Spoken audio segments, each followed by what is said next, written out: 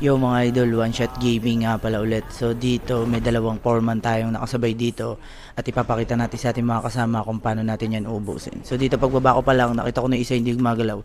Tinutukan ko na agad si Dudong diyan kaya pinatay ko na agad sila. So down one na agad sila. Tapos dito habang naglulot ako guys, nagulat ako bigla may nakaupo rito na tumatay kaya pinatay ko na rin si Dudong diyan. Tinuluyan ko na siya diyan.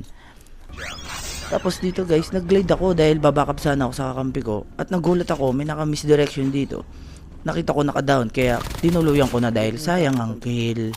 Tapos nagulat ako, may bumaba, may kasama pang dogs. Pagka backslide ko, shinakwave ko. Buti na lang, mabait yung ating kasama dyan. Siyempre, bibigyan din natin ng kill yan. Baka sabihin, suga pa tayo.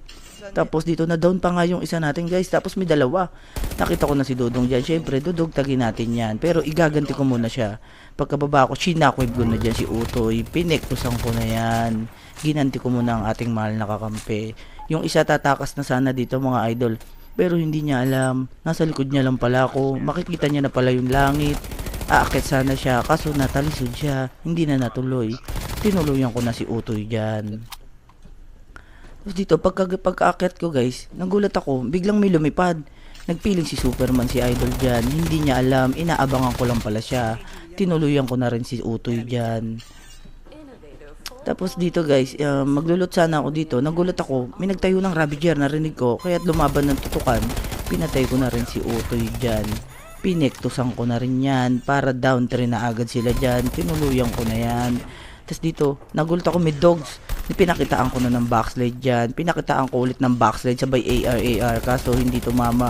Feeling magaling ako dyan. Akala ko siguro kaya ko lahat. Pag akit ko dyan, nagulat ako. Bigla may lumabas na Dudong sa likod ko. Nakikichismis. Shinakwave ko na. Tinuluyan ko na rin dyan. Nakikimarites siya. Hindi niya alam. Siya yung matutuluyan dyan.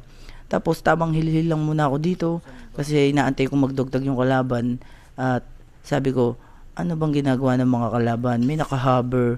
So wag natin stressin yung sarili natin dyan mga idol. Hayaan lang natin sila. So dito nadidinig ko na yung isa. Alam ko nandyan na siya. In-AR ko kaso na shockwave niya ako. Tapos nagulat ako meron pa sa likod. Pinakitaan ko na ng backside dyan. Tinutukan ko na si Maricel dyan.